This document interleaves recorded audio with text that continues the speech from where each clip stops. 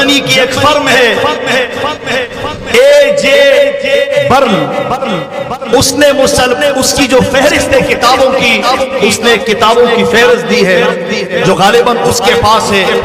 اس میں ہزاروں کتابیں وہ ہیں جو عربی زبان میں ہیں جو ان کے پاس موجود ہیں، مسلمانوں نے لکھی ہیں وہ کتابیں. اور اس میں سے 1000 کتابیں صرف وہ ہیں جو مسلمانوں نے تاریخ پر لکھی ہیں کہ یہ تاریخ کیا ہے.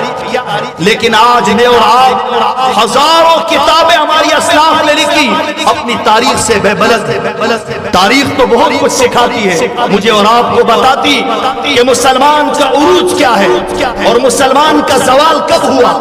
جب زوال ہوا مسلمان کا وہ کب تھا، اور جب مسلمان عروج کی طرف گیا وہ کب تھا.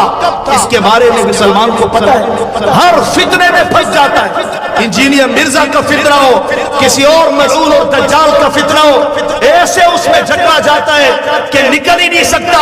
ایک فرد واحد جس کا کوئی استاد نہ ہو، اس کے پیچھے ہزاروں نوجوان چلتے ہیں اور اس کو مشعل راہ تصور کر رہے ہیں، اور اپنے ہزاروں اور لاکھوں اسلاف کو اور ان کی وہ کروڑوں کتابیں جن میں سے کروڑوں عیسائی درندوں نے اور تاتاریوں نے بغداد میں جلا دی، ان کو بھول چکا ہے.